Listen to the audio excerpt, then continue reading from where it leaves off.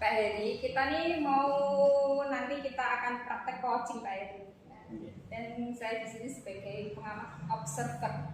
Nanti saya akan mengamati praktek coachingnya Pak Heri. Pak Heri nanti sebagai coachnya, kemudian coachingnya nanti Bu Gandis sebagai coach ya Bu ya. Jadi, nah ini Pak Heri, selama beberapa menit ke depan ini nanti Pak Heri kan jadi coach, Bu Gandis jadi coach.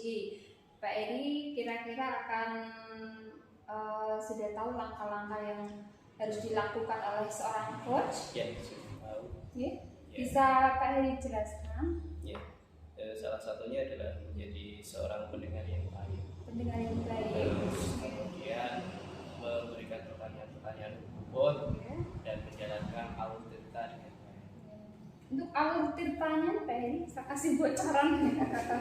Ya, alur cerita tersebut adalah sebuah akronim dari singkatan tujuan. Kita tentukan tujuan dulu, kemudian kita identifikasi permasalahan yang ada, kemudian hal-hal baik, hal yang perlu didengar dari permasalahan coaching tadi, kemudian R-nya adalah rencana. Kita buat memberikan pertanyaan romantik agar coaching bisa memunculkan rencana dari dalam diri mereka sendiri untuk dimunculkan.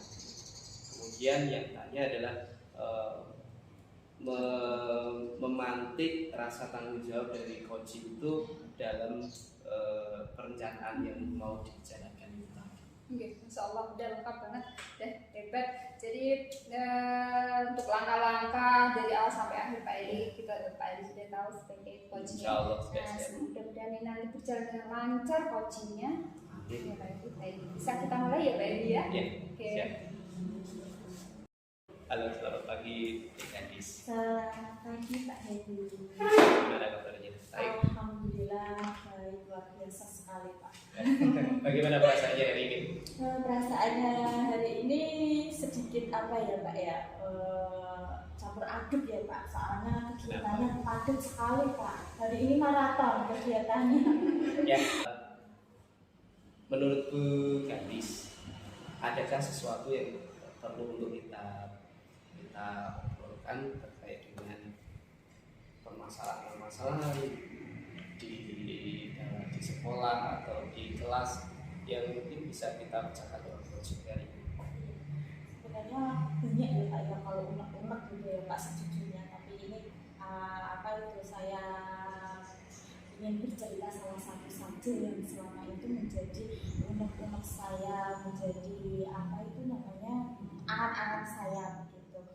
Apalagi di lingkungan sekolah saya kebetulan di SMP Pak, jenjang SMP di mana ruang lingkup itu kan banyak ya Pak ya. Nah di situ saya tuh ingin menggerakkan komunitas dengan rekan sejawat gitu loh Pak, di mana saya itu ingin punya angan-angan atau rencana membuat komunitas siswa-siswi. Seperti kalau di sekolah kita kan ada ekstra pramuka, ada ekstra tari, sepak bola dan sebagainya. Nah, saya ingin menghidupkan lagi di situ ekstra itu mading Pak, atau komunitas mading sendiri. Jadi kan kita punya mading itu yang ditaruh di seperti hall gitu ya Pak ya. Jadi kalau misalnya ada tamu atau ada anak-anak itu pasti lewat situ kan bisa pengunjung.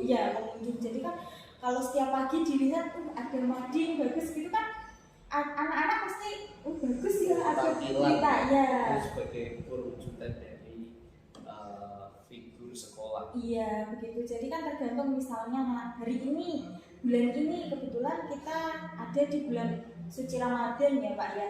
Nah di situ saya ingin menuangkan atau ingin memberi suasana mading itu dengan suasana yang baru. Akan tetapi permasalahannya di sini itu komunitas siswa-siswi yang mading ini itu sedikit mengalami anggotanya itu kok semakin berkurang. Nah di sini saya ingin menggerakkan Bapak Ibu guru itu berbondong-bondong ya, seenggaknya kita menghidupkan itu lagi gitu Pak. Terutama saya kan guru bahasa Indonesia, saya ingin apa itu namanya, rekan-rekan sejawat semata pelajaran dulu lah gitu. Saya ingin menggerakkan. Jadi kata kuncinya tadi adalah Bu Gandis ingin menghidupkan kembali ekstra mading ini sebagai tampilan dari sekolah pada tamu atau khalayak yang hadir ke sekolah. Iya, Untuk perkembangan siswa juga. Iya, kreativitas anak. Dari masalah yang dihadapi Bu Gandis ini tadi cerita ada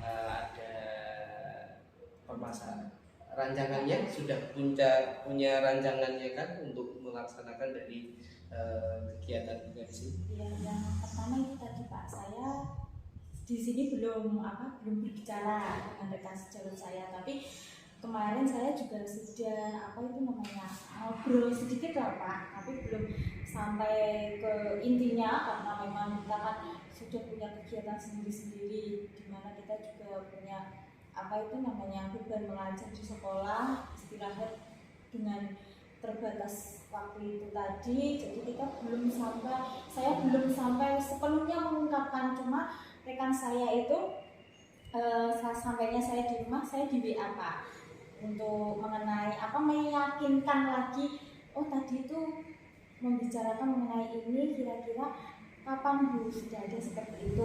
Baru dengan satu rekan sejawat saja sih Pak, saya menyampaikan itu tadi. Berarti sudah Iya, ada komunikasi dengan rekan sejawat. Selain itu apalagi yang sudah Bu Gandis lakukan? Mungkin hal-hal yang bisa mendukung dari programnya Bu Gandis. Nah, yang kedua ini saya ingin menghadirkan dari berbagai jenjang kelas Pak, di mana saya seperti anak-anak, saya ingin mengumpulkan anak-anak yang memang notabene dia itu suka di di mading itu tadi bidang. Nah, nanti setelah itu saya akan membuat jadwal, dan selanjutnya sebelumnya itu tadi ya saya akan mengadakan komunikasi dengan Bapak Kepala Sekolah, meminta izin gitu kalau ada kegiatan ini ditakutkan kalau tidak ada komunikasi seperti itu kan nanti tanpa sepengetahuan Bapak Kepala Sekolah malah kitanya nanti mungkin sampai sore, karena anak SMP itu pulangnya siang ya Pak ya, takutnya nanti juga ada orang tua yang protes anaknya kok pulangnya sore gitu. Jadi ada perizinan gitu. Dari siswa-siswa yang terkumpul itu tadi, menurut Bu Gandis berapa idealnya yang menjadi target Bu Gandis untuk mengikuti ekstrakurikuler kali ini? Kurikuler mading itu tadi, untuk kali ini di awal ini berapa kira-kira target yang dirasa Bu Gandis ideal untuk bisa terselenggaranya mading ini dengan baik, standar minimal jumlah siswanya yang termasuk sini. Kalau rencana saya Pak, saya pengennya itu dari perjenjang kelas 7, kelas di SMP saya itu kan sampai high ya Pak kelasnya kan Pak. Nah, jadi saya itu berkeinginan masing-masing kelas itu ada seenggaknya mewakili 2 atau mungkin 3 gitu ya Pak ya. Jadi nanti perjenjang itu dikumpulkan jadi satu, semisal dua anak ya, paling enggak ada sekitar 25 atau 30 begitu lah Pak, itu minimalnya. Jadi nanti kan misalnya minggu ini temanya apa yang membuat nanti dari kelas 7. Jadi semuanya nanti ikut membaur gitu loh Pak. Nah, mungkin lagi nanti tema yang untuk selanjutnya mungkin dari kelas 8 atau kelas 9. Mungkin di satu sisi lain di momen tertentu nanti akan kolaborasi kelas 7, 8 dan 9. Memiliki ide apa dijadikan satu di dari siswa yang mau direkrut itu tadi, kira-kira Bu Gandis punya kriteria khusus nggak untuk siswa ini? Oke, kriterianya sih saya tidak menuntut harus yang pintar ya Pak ya, karena di sini itu ya saya ingin semuanya itu yang anak mungkin malu, mungkin minder, yang mungkin saya ini nggak punya basic apa-apa Bu, saya ingin ikut ini. Di lapangan saya banyak menemukan seperti itu Pak, adanya ketakutan siswa kalau dia tidak mampu. Nah kalau di sini saya inginnya selain tadi yang saya sebutkan di awal, yang sudah memiliki basic pinter menulis puisi, saya tetap menampung. Tapi kalau misalnya anak yang tiba-tiba saya ingin ikut ke komunitas mading nih Bu, ya saya boleh atau tidak, saya siap atau membolehkan anak itu. Ya apa ya Pak, dia punya kreativitas, tertular dari teman-temannya tadi yang memiliki menggunakan sistem Hamong itu. Iya, jadi kalau misalnya ada yang anak pintar membuat kaligrafi, ada anak yang tidak bisa diajarin. Dari itu kan nanti menyebar dari satu anak seperti tutor sekalian Oh, gitu. Jalan satu Biasa sekali dari sisi tadi. Dari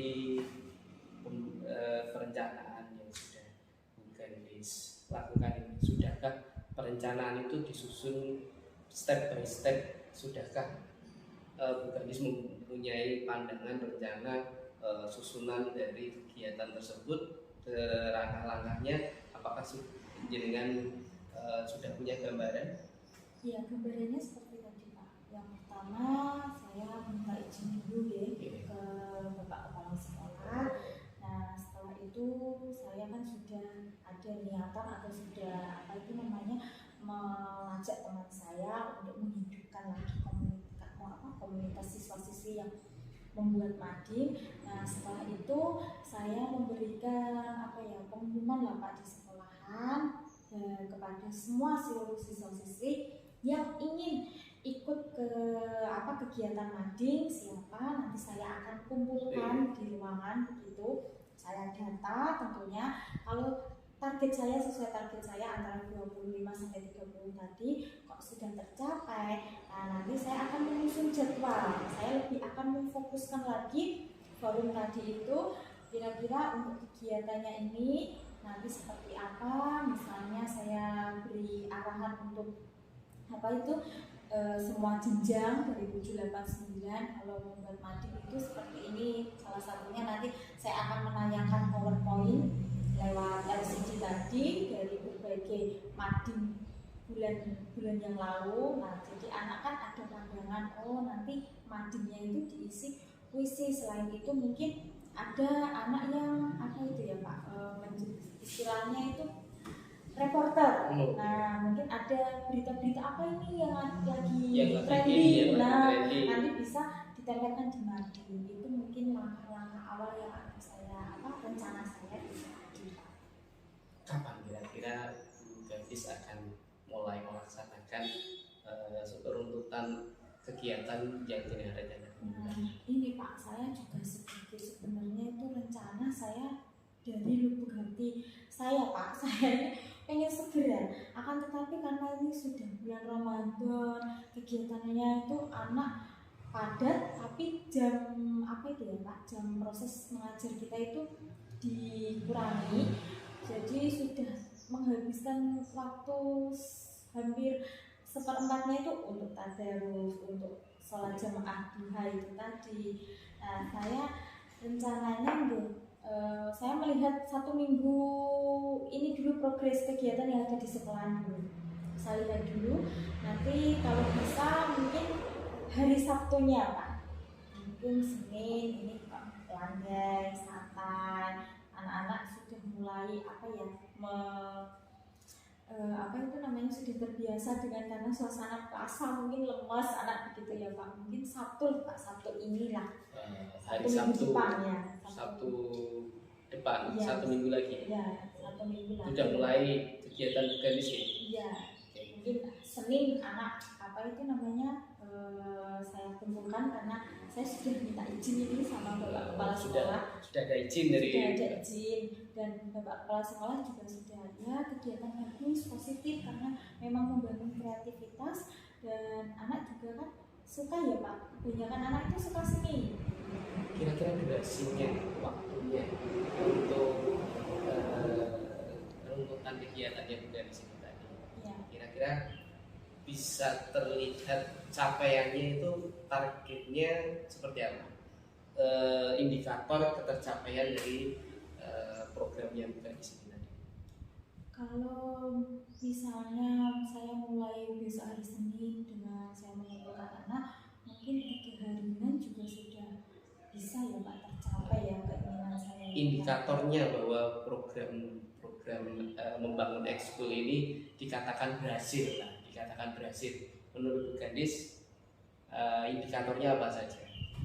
Indikatornya jadi anak nanti kan di situ bisa apa ya, bisa lebih mengeluarkan kreativitasnya, anak bisa ada perasaan senang. Jadi dari kejenuhan apa itu namanya setelah mendapatkan pelajaran anak ketika diajak melipat kertas warna-warni, silahkan ayo kita bareng-bareng membuat apa itu pola dari itu loh Pak, apa kertas yang kertas origami.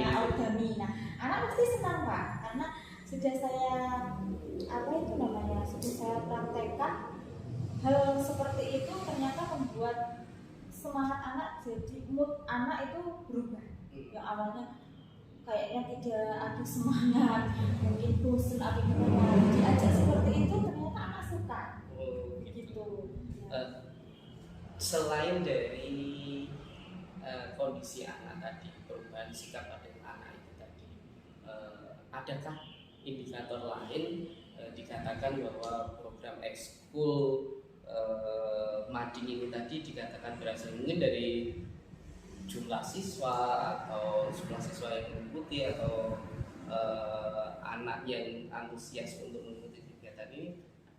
Yang pertama itu dilihat dari antusias anak. Kalau anak sudah antusias, pasti nanti jumlah dari target saya malah bisa melebihi Pak, antusias seperti itu.